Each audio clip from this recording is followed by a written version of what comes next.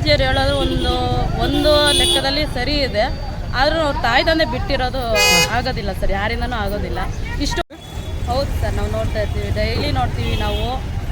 ಅದರಲ್ಲಿ ಡ್ರೋನ್ ಪ್ರತಾಪ್ ಅವರೇ ಗೆಲ್ಲಬೇಕು. ಅವರು ನಮ್ಮ ಥರನೇ ಬಡೋ ಜನ ಆಗಿರೋದ್ರಿಂದ ಅವರೇ ಗೆಲ್ಲಬೇಕು. ಅದರಲ್ಲಿ ತುಂಬ ಜನ ಎಲ್ಲ ಇದ್ದಾರೆ ಸರ್, ಅದರಲ್ಲಿ ಸ್ವಲ್ಪ ಡಬಲ್ ಗೇಮ್ ಮಾಡೋರು ಇದ್ದಾರೆ. ಬಟ್ ಅವರು ಡ್ರೋನ್ ಪ್ರತಾಪ್ ಅವರು ಅವ್ರಿಗೆ ಸ್ವಲ್ಪ ಮಾತಾಡೋದಕ್ಕೂ ಅಷ್ಟು ಗೊತ್ತಾಗೋದಿಲ್ಲ ಅವ್ರಿಗೆ. ಅದರಿಂದ ಸ್ವಲ್ಪ ಮಾತಾಡೋದ್ರಿಂದ ಅವರು ಏನಿದೆ ಅದು ಡೈರೆಕ್ಟಾಗಿ ಹೇಳ್ತಾರೆ ಅವರು. ಅದರಿಂದ ಸ್ವಲ್ಪ ಅವರು ಕೆಟ್ಟವರಾಗ್ಬಿಡ್ತಾರೆ ಅಷ್ಟೇ. ಆದರೂ ಅವರು ಒಳ್ಳೆ ಮನುಷ್ಯ, ಮತ್ತು ಅವರು ಒಂದು ಒಳ್ಳೆ ಮನಸ್ಸಿದೆ ಅವರಿಗೆ. ಏನೇ ಇದ್ರು ಅವರು ಡೈರೆಕ್ಟಾಗಿ ಮಾತಾಡ್ತಾರೆ. ಸೊ ಅವರೇ ಗೆಲ್ಲಬೇಕು ಸರ್. ಡ್ರೋನ್ ಪ್ರತಾಪ್ ಅವರಿಗೆ ಸ್ವಾಮೀಜಿ ಅವರು ಈ ಥರ ಬಂದು ಹೇಳೋದು ಸರಿ ಅಂತೀರಾ? ತಂದೆ ತಾಯಿಯಿಂದ ದೂರ ಈಗಾಗಲೇ 3 ವರ್ಷ ಬಿಟ್ಟಿದ್ರು, ಮತ್ತೆ ದೂರ ಇರೋ ಅನ್ನೋದು ಎಷ್ಟರ ಮಟ್ಟಿಗೆ ಸರಿ ಅಂತ?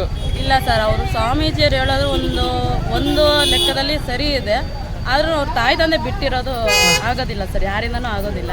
ಇಷ್ಟು ವರ್ಷ ಬಿಟ್ಟು ಅವರಿಬ್ಬರು ಅವರು ತಂದೆ ತಾಯಿ ಹತ್ರ ಅವರು ಇರಬೇಕು ಅಂತ ಇದ್ದಾರೆ. ಬಿಗ್ ಬಾಸ್ ಮೂಲಕದಿಂದ ಅವ್ರ ತಂದೆ ತಾಯಿ ಹತ್ರ ಸೇರ್ಕೊಂಡಿದ್ದಾರೆ. ಅವ್ರಿಗೆ ಇನ್ನೂ ಒಳ್ಳೇದಾಗಲಿ ಅಂತ ನಾವು. ಹೆಂಗಾಗಿದೆ ನೋಡಿ, ಬಿಗ್ ಬಾಸ್ ಮನೆಯಿಂದಲೇ ತಂದೆ ತಾಯಿ ಮಕ್ಕಳು ಒಂದಾದರು.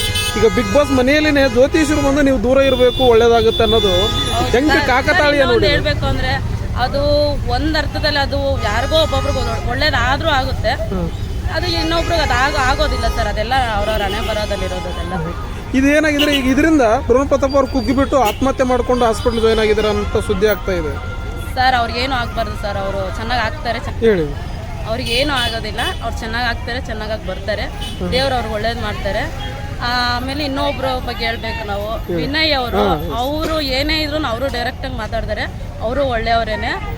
ಅವರು ಡ್ರೋನ್ ಪ್ರತಾಪ್ ಅವ್ರು ಬಿಟ್ಟರೆ ನೆಕ್ಸ್ಟು ಕಾರ್ತಿಕ್ ಅವ್ರು ಗೆಲ್ಬೇಕು ಸರ್. ಕಾರ್ತಿಕ್ ಅವ್ರದ್ದು ಈ ನಡುವೆ ಅವ್ರದ್ದು ಸ್ವಲ್ಪ ಅವರು ಆಟ ಆಡೋದು ಅದೆಲ್ಲ ಸ್ವಲ್ಪ ಡೌನ್ ಆಗಿದೆ. ಈಗ ಅವರು ಚೆನ್ನಾಗಿ ಆಟ ಆಡಿದ್ರೆ ತುಂಬ ಚೆನ್ನಾಗಿರುತ್ತೆ ಸರ್. ಸಂಗೀತ ಅವ್ರ ಬಗ್ಗೆ ಏನಂತೀರಾ? ಸಂಗೀತ ಅವ್ರ ಬಗ್ಗೆ ಹೇಳೋದೇನಿಲ್ಲ ಸರ್. ಅವರು ಎಲ್ಲ ಕಡೆ ಈ ಕಡೆ ಇದ್ರೆ ಆ ಕಡೆ ಆಡ್ತಾರೆ, ಆ ಕಡೆ ಇದ್ರೆ ಈ ಕಡೆ ಆಡ್ತಾರೆ ಸರ್. ವಿನಯ್ ಅವ್ರ ಹತ್ರ ಹೋದ್ರು. ಹೌದು ಸರ್, ಅವರು ಈಗ ಫಸ್ಟ್ ಕಾರ್ತಿಕ್ ಅವ್ರ ಜೊತೆಲಿ ಅವ್ರ ಹತ್ರ ಕೆಟ್ಟವ್ರು ಅವರು ಅವ್ರ ಹತ್ರ ಜಗಳ ಆಯಿತು ಅಂತ ಪ್ರತಾಪ್ ಅವ್ರ ಹತ್ರ ಸೇರ್ಕೊಂಡ್ರು. ಈಗ ಪ್ರತಾಪ್ ಅವ್ರು ಅವ್ರಿಗೆ ಏನೇ ಒಂದು ಮಾತು ಹೇಳಿದ್ರು ಅವ್ರಿಗೆ ಕೋಪ ಜಾಸ್ತಿ ಬಂದ್ಬಿಡುತ್ತೆ. ಅವ್ರ ಸಂಗೀತ ಅವರಿಗೆ ಸ್ವಲ್ಪ ಹೆಣ್ಮಕ್ಳು ಅನ್ನೋದು ತಾಳ್ಮೆ ಅನ್ನೋದು ಇರಬೇಕು ಸರ್. ಅಂತ ಅವ್ರಿಗೆ ಗಂಡು ಮಕ್ಳಿಗೆ ಅಷ್ಟೊಂದು ಗೊತ್ತಾಗೋದಿಲ್ಲ ಅವರಿಗೆ. ಹೆಣ್ಮಕ್ಳು ಸ್ವಲ್ಪ ತಾಳ್ಮೆಯಿಂದ ನಡ್ಕೊಂಡು ಹೋದ್ರೆ ಎಲ್ಲ ಒಳ್ಳೇದಾಗುತ್ತೆ. ನಿಮ್ಮ ಓಟು? ನಮ್ಮ ಓಟು ಡ್ರೋನ್ ಪ್ರತಾಪ್ಗೆ. Thank you. Sudeep sir Big Boss show ಹೇಗೆ ನಡೆಸ್ತಾರೆ ಸರ್? ಸುದೀಪ್ ಸರ್ ಅಂತೂ ಸೂಪರಾಗಿ ನಡೆಸ್ತಾರೆ. ಅವ್ರ ಫ್ಯಾನ್ ನಾವು, ತುಂಬ ಚೆನ್ನಾಗಿ ನಡೆಸ್ಕೊಡ್ತಾರೆ. ಕೆಲವೊಂದು ಹೇಳಬೇಕು ಅಂದರೆ ಸುದೀಪ್ ಸರ್ ಬಂದ ತಕ್ಷಣ ಅವ್ರಿಗೊಂದು ರೆಸ್ಪೆಕ್ಟ್ ಅನ್ನೋದು ಅವ್ರು ಕೊಡಲೇಬೇಕು ಸರ್. ಅವರು ಮಾತಾಡ್ತಾ ಇರೋ ಅವ್ರೇನೋ ಯೋಚನೆ ಮಾಡ್ತಾ ಇರ್ತಾರೆ, ಅದು ಸ್ವಲ್ಪ ಅವರು ತಿಳ್ಕೊಬೇಕು. ಅದು ತಿಳ್ಕೊಂಬಿಟ್ರೆ ಎಲ್ಲ ಸರಿ ಸರ್. ಈ ವಾರ ಯಾರು ಎಲಿಮಿನೇಟ್ ಆಗ್ಬೋದು ಅಂತಾರೆ? ಯಾರನ್ನ ಮನೆ ಕಳಿಸ್ತಾರಂತೆ ಈ ವಾರ ಎಲಿಮಿನೇಟ್ ಆಗೋದಂದ್ರೆ ಸಂಗೀತ ಹೋದ್ರೆ ಚೆನ್ನಾಗಿರುತ್ತೆ ಸರ್. ಸಂಗೀತ ಹೋದ್ರೆ ಸರಿ ಹೋಗುತ್ತೆ ಸರ್ ಎಲ್ಲ. ಮತ್ತೆ ಅದೇ ಅಷ್ಟೇ ಸರ್. ಮೈಕಲ್ ಇವರು ಅವರೆಲ್ಲ ಚೆನ್ನಾಗಿ ಆಟ ಆಡ್ತಾ ಇದ್ದಾರೆ.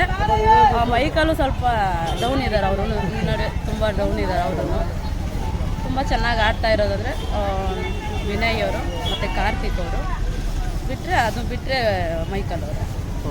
ಥ್ಯಾಂಕ್ ಯು ಅಮ್ಮ. ನಿಮ್ಮ vote? Drone Pratap. Thank you ಅಮ್ಮ.